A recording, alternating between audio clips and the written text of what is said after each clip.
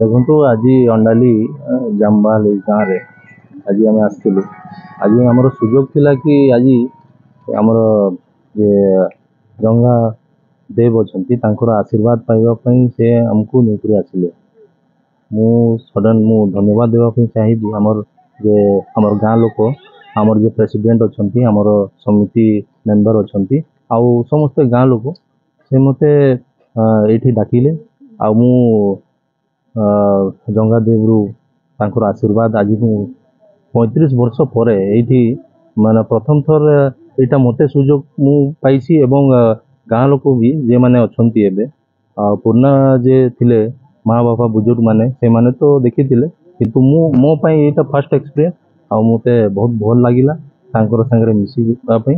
ଆଉ ତାଙ୍କର ଯେ ଆଗାମୀ ସମୟରେ ତାଙ୍କର ଗୋଟେ ମନ୍ଦିର, ଛୋଟିଆ ମନ୍ଦିରଟା ଦାବି ଅଛି, ସେଟା ଯଥାଶୀଘ୍ର ପୂରଣ କରିବା ପାଇଁ ମୁଁ ତାଙ୍କୁ ପ୍ରତିଶ୍ରୁତି ଦେଇଛି। ଆଉ ନିଶ୍ଚୟ ଆଗାମୀ ସମୟରେ ଯେହେତୁ ମୁଁ ଏଠି ପ୍ରତିନିଧି ଅଛି ଆଉ ମୁଁ ଯାହା ଦାୟିତ୍ୱ ଅଛି, ଗୁରୁ ଦାୟିତ୍ୱ, ସେଟାକୁ ନିର୍ବାହ କରିବା ପାଇଁ ନିଶ୍ଚୟ ମୁଁ ପ୍ରୟାସ କରିବି। ଆଉ ତାଙ୍କର ମନ୍ଦିର ଆଗାମୀ ସମୟରେ ନିଶ୍ଚୟ ତିଆରି ହେବ। ଆଜି ସୁନ୍ଦର ଢଙ୍ଗରେ ସେମାନେ ସ୍ୱାଗତ ମୋତେ କଲେ। ଆଉ ଏଇ ଆପଣଙ୍କର ତାଙ୍କର ସମାଜ ହିସାବରେ ଗଣ ସମାଜ ଅଛି ଏବଂ ଓରାମ ସମାଜ ବି ତାଙ୍କର ମିଶିକରି ଯେ ଭାଇଚାରା ଅଛି, ସେମାନେ ମୋତେ ସ୍ୱାଗତ କଲେ। ସେଇଟା ଦେଖିକରି ମୁଁ ଭାରି ଖୁସି ହେଲି। ଆଉ ତାଙ୍କର ଯେ ଭାଇଚାରା ଅଛି ଏମିତି ହିଁ ଆଗାମୀ ସମୟରେ ବି ରହୁ, ସେଇଟା କାମନା କରୁଛି। ଆଉ ଆମର ଯେ ଦେବ ଅଛନ୍ତି ତାଙ୍କର ଆଶୀର୍ବାଦ ସମସ୍ତଙ୍କର ଉପରେ, ତାଙ୍କର ଆଶୀର୍ବାଦ ପଡ଼ୁ।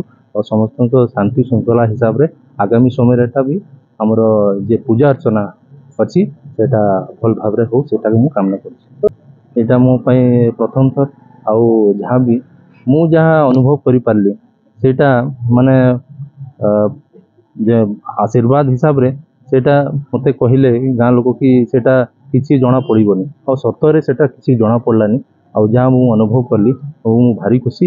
ମୁଁ ଆଶୀର୍ବାଦ ନେଇକରି ଯାଉଛି। ଆଉ ନିଶ୍ଚୟ ଆଗାମୀ ସମୟରେ ମୁଁ ଗୋଟେ ଅନୁଦାନ ଦେଇକରି ମୋ ଦ୍ୱାରା ଯାହା ହେଇପାରିବ ଗୋଟେ ମନ୍ଦିରଟା ନିଶ୍ଚୟ ତିଆରି କରିବ। ମୁଁ ଅଣ୍ଡାଳି ପଞ୍ଚାୟତର ସମିତି ସଭ୍ୟା, ମୋ ନାଁ ହେଉଛି ସୁସ୍ମିତା ନାୟକ। ଏମ୍ଏଲ୍ଏ ସାର୍କୁ ଆମେ ନିମନ୍ତ୍ରଣ କରିଥିଲୁ। ଆଉ ଆମ ଏଠି ଦେଖନ୍ତୁ, ମାନେ ଆମେ ବାହାରେ ପୂଜା କରୁଛୁ, ମାନେ ଆମ ପାଖରେ ଗୋଟେ ମନ୍ଦିର ନାହିଁ। ଜଙ୍ଘା ଦେବତା ହେଉଛନ୍ତି କିଏ? ଜଙ୍ଘା ଦେବତା ହେଉଛନ୍ତି ସ୍ୱୟଂ ନାରାୟଣ, ଯିଏକି ଜଗନ୍ନାଥ ସେଠି ପୁରୀରେ ଅଛନ୍ତି। ଆଉ ତାଙ୍କର ଜଙ୍ଘ ଅଂଶଟା ଅଛନ୍ତି ଆମର ଭୋଇପାଲିରେ। ଆମେ ତାଙ୍କୁ ପୂଜା କରୁଛୁ, ଆମର ଗଣ ସମାଜ ତାଙ୍କୁ ପୂଜା କରୁଛୁ। କିନ୍ତୁ ଆମର ଦୁଃଖର କଥା ଯେ ମାନେ ଆମ ପାଖରେ ଗୋଟେ ମନ୍ଦିର ନାହିଁ। ସେଥିପାଇଁ ଆମେ ଏମ୍ଏଲ୍ଏ ସାର୍ଙ୍କୁ ଅନୁରୋଧ କରିଛୁ କି ଆମକୁ ଗୋଟିଏ ମନ୍ଦିର ଦିଅନ୍ତୁ, ଛୋଟିଆ ହେଲେ ବି ମନ୍ଦିରଟେ ଦିଅନ୍ତୁ। ଆଉ ସେ ଆମକୁ ପ୍ରତିଶ୍ରୁତି ବି ଦେଇଛନ୍ତି ମନ୍ଦିରଟି ଦେବା ପାଇଁ। ଆମେ ଗ୍ରାମବାସୀ ତାଙ୍କୁ ବହୁତ ବହୁତ ଧନ୍ୟବାଦ ଜଣାଉଛୁ। ଆମେ ଗ୍ରାମବାସୀ ବହୁତ ଖୁସି। ତାଙ୍କ ବହୁମୂଲ୍ୟ ସମୟ, ସେ ଭୁବନେଶ୍ୱରରେ ଥିଲେ କିନ୍ତୁ ଆମର ମାନେ ପ୍ରୋଗ୍ରାମ ଶୁଣିକି ସେ ଏଠିକି ଆସିପାରିଲେ, ତାଙ୍କର ବହୁମୂଲ୍ୟ ସମୟ ଦେଲେ। ସେଥିପାଇଁ ଆମେ ଗ୍ରାମବାସୀ, ଆମର ଅଣ୍ଡାଳିଗୁଡ଼ି ସମସ୍ତେ ବହୁତ ବହୁତ ଧନ୍ୟବାଦ ତାଙ୍କୁ। ଗ୍ରାମବାସୀଙ୍କୁ ମୁଁ ଏତିକି ପ୍ରତିଶ୍ରୁତି ଦେବି ଯେ ଆମ ଏମ୍ଏଲ୍ଏ ସାର୍ ଆମକୁ ପ୍ରତିଶ୍ରୁତି ଦେଇଛନ୍ତି, ତ ଆମେ ତାଙ୍କୁ ସବୁ ମାନେ 5 ବର୍ଷ ଭିତରେ ଆମ ଦୁଃଖ ସୁଖ ସବୁ ଆମେ ତାଙ୍କୁ ଜଣେଇବା।